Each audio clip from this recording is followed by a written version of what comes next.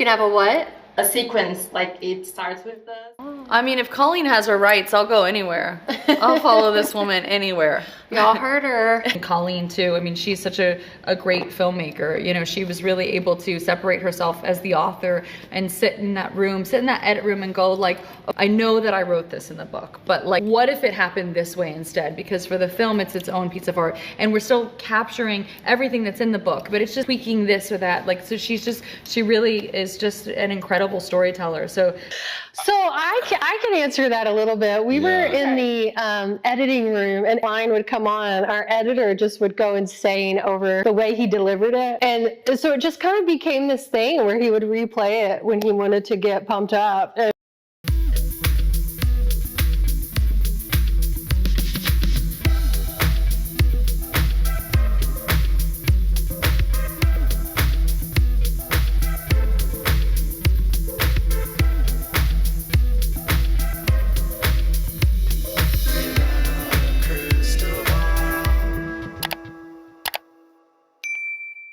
Hey friends, it's Katie from Without a Crystal Ball. Welcome back to my channel. It is Friday, February 21st, 2025. Yesterday, I was talking about the hostile takeover of the movie It Ends With Us.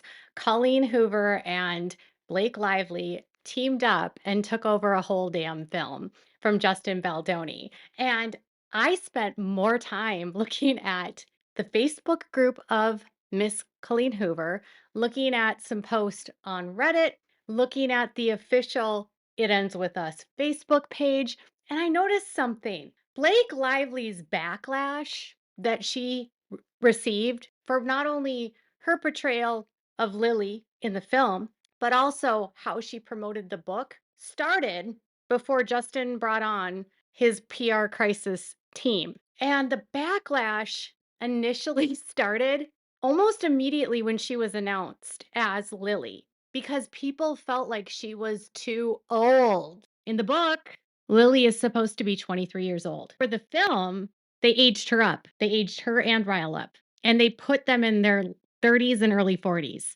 That obviously was impactful to the readers of the book who had in their mind developed Lily in a certain way, seen Lily in a certain way. Because she was older than how Lily was portrayed in the book, and because prior to filming, no statements had been made publicly about how they were aging up the characters and how the book would be adapted differently, the backlash for Blake started in 2023. Justin Baldoni talks about that backlash, and it was because photographs leaked in May of 2023 to the tabloids because they were out filming in New Jersey, and she looked, quote unquote, old. You have to remember, she's not old. It was that she wasn't 23. Now, Blake takes issue with this in her lawsuit and says she couldn't change her age nor her weight at any time during the film. And she's not lying. But knowing that she was walking into a situation, and had she read the book herself, she should have known that her character was aged up. And so she should have been prepared for that response. Because of the loyalty that Colleen Hoover's fans give her, she has an entire Facebook group with over 200,000 people in it. In this group, Colleen has been able to do so much social media grassroots work to get people to leave comments, to get people engaged on social media, to get people to share books, to get people to buy books, to get people to purchase tickets to the film. So she had been documenting her work on this film since 2019, when Justin Baldoni reached out to her for the very first time to purchase the rights for the book, to make a film. And she was elated. For 5 years, she had nothing but positive, amazing things to say about Justin. She met with him so many times. They had so many times on Instagram that they went live together. Her fans left so many comments, and they did posts and appreciation posts about him. Justin was beloved to her fans because he was going to give her an opportunity to make their book, the book that they all felt such a huge connection to, a reality into a film. So there was already high expectations set in motion by Colleen. She laid the groundwork for her fans to fall in love with Justin. And Justin became such an integral part of her Facebook group that they all swooned over him. And she did too. A lot.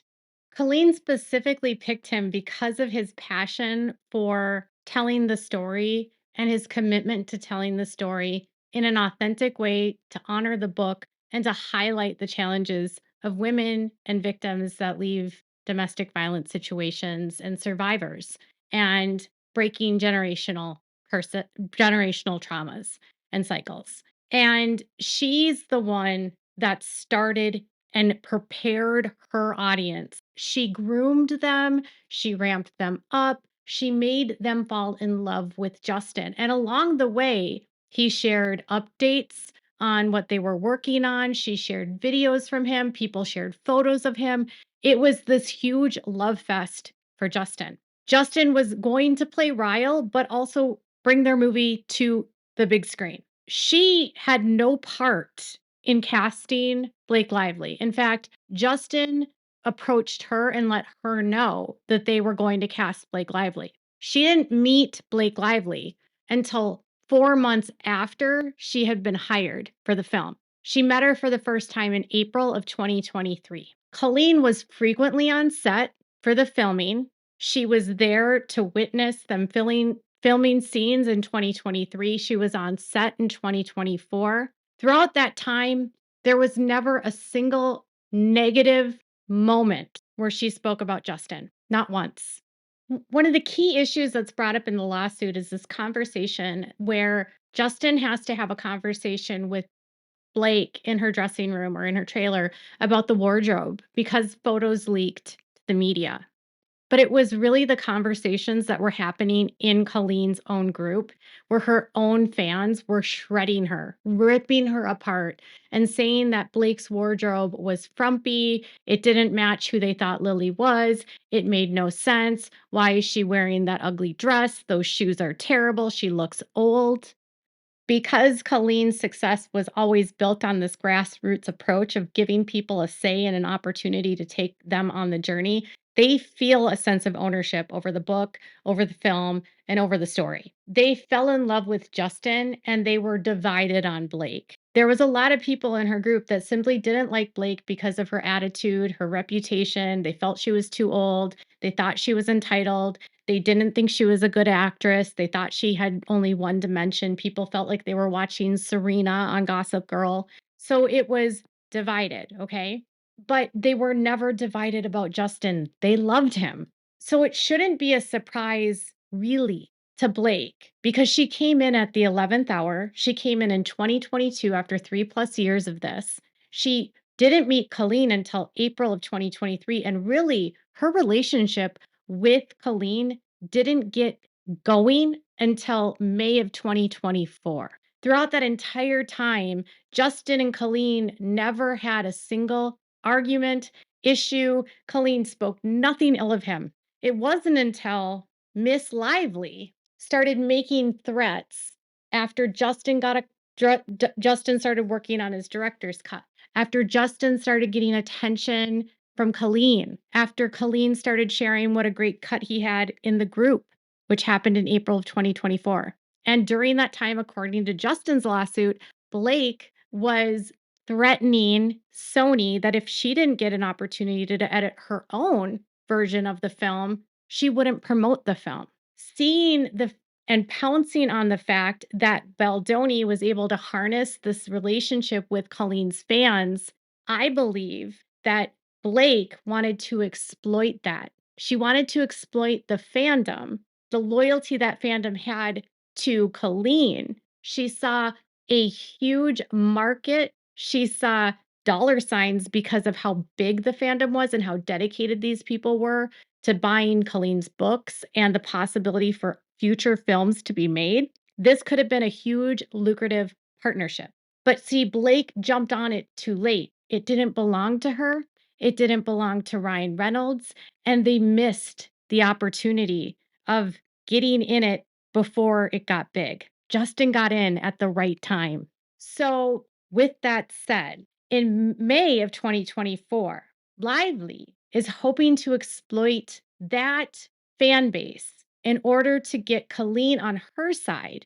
And she's expecting, after 5 years, the fans that have been so loyal to Justin and grateful and thankful because of his compassion and his heart and his empathy and his kindness towards them and him wanting to include them in the process. She wanted them to do an about face and turn that towards her. She wanted to be the one that they praised. She wanted to be the one that they loved. She didn't want to be the one that they criticized anymore. She didn't want to be the one that they were analyzing and saying she was too old and they didn't like her outfits and they didn't see who she was and they couldn't understand why she was Lily. But the problem is that you can't sell an audience for 5 years on someone, and then that audience gets to know that someone, and that someone makes them available to the audience, and that someone's authentic personality, kindness, and generosity, and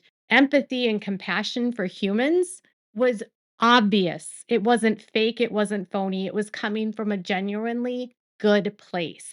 They connected to him, they became part of him, and he became a part of them. But Blake wanted them to shift and have it be about her. And that's where this really all came from. And so Blake used this opportunity in May of 2024 to turn Colleen against Justin.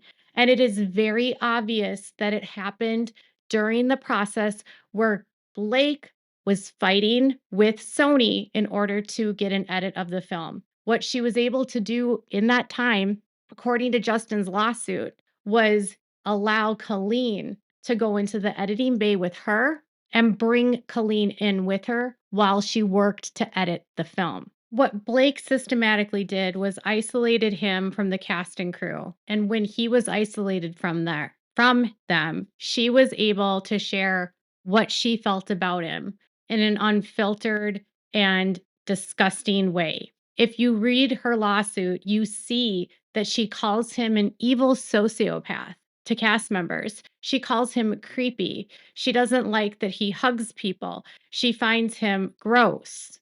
Justin's personality and hers are diametrically opposed. She's using divisive language. She's making them feel like he's a predator. And despite no one else on the set feeling this way about him, and despite the fact that these other people that claimed they were uncomfortable, Jenny Slate being one, was not uncomfortable with Justin. It had to do with a conversation about having a child and an apartment issue with Jenny Slate and Jamie Heath. He wasn't a pervasive sexual predator, as Lively would like them to believe. But by isolating them and then using her star-packed power behind her of her husband, who is one of the highest grossing actors at this point in terms of what his films make. And Taylor Swift, who was at the time when they were friends still, I don't know if they're still friends, but obviously, undoubtedly, the largest female artist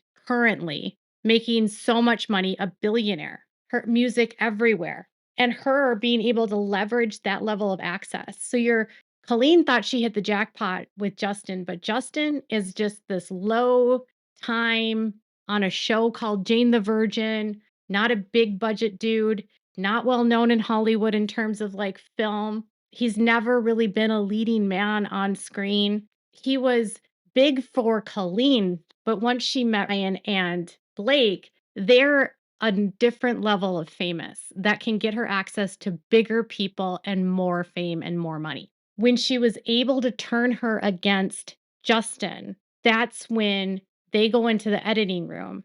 This is when the threats begin about the film.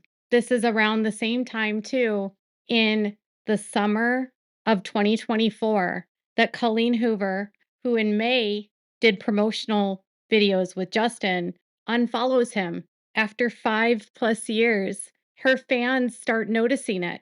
It's also the same time that, emboldened by the promises of future projects, because Blake said she would follow her anywhere, Colleen anywhere, as long as Colleen got her rights to the film.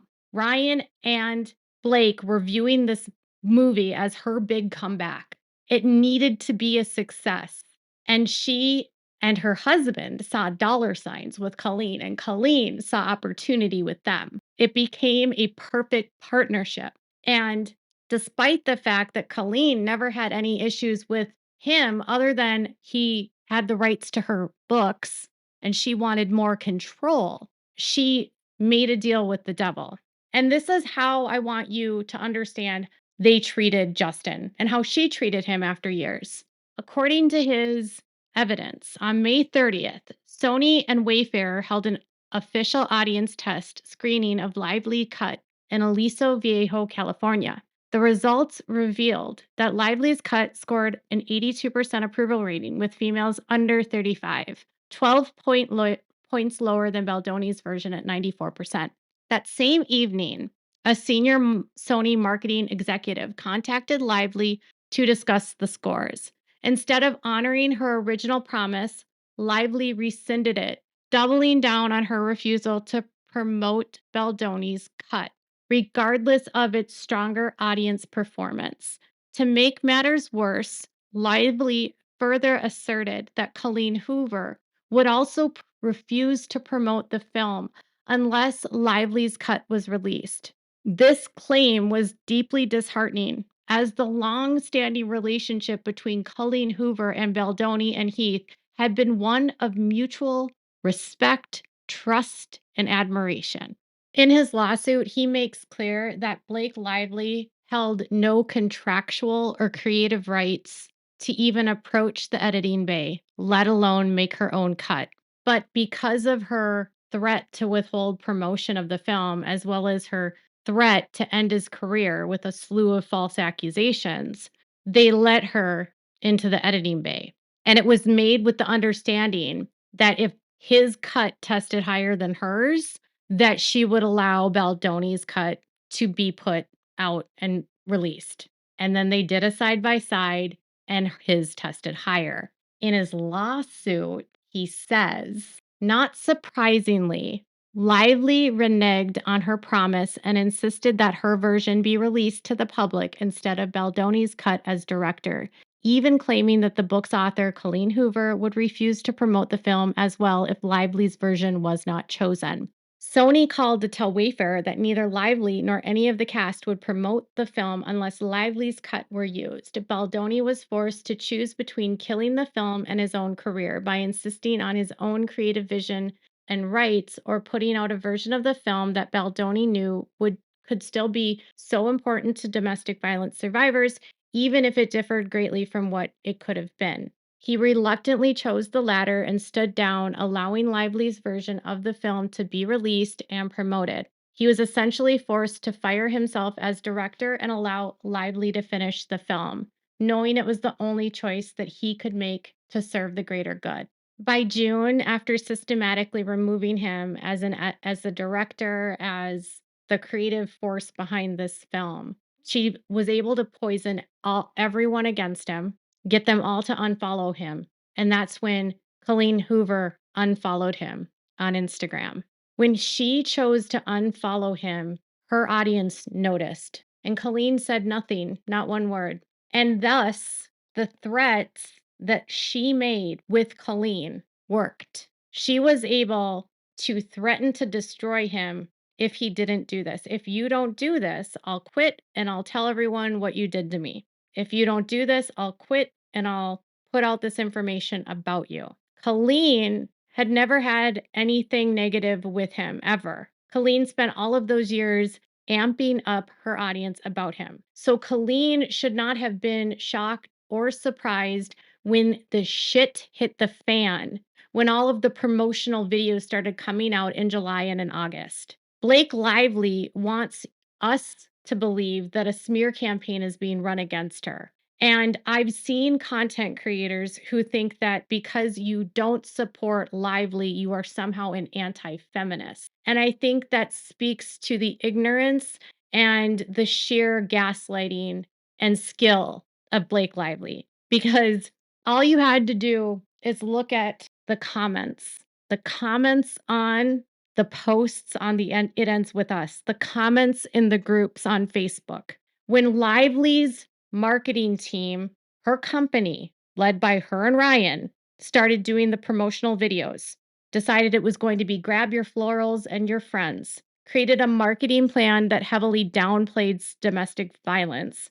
People that were fans of the book and loyal to the mission of this book and the story and the hope of the book and the journey, other survivors of violent relationships who felt a sense of connection and the story gave them a voice, were horrified. The way that Colleen positioned this book with Justin was that this would be a book to honor survivors of domestic violence and honor the story in a way that didn't make light of the situation and showed it in a serious, thoughtful way. And the fans felt disgusted. It started becoming less about Colleen and the book, and it became the Blake Lively show.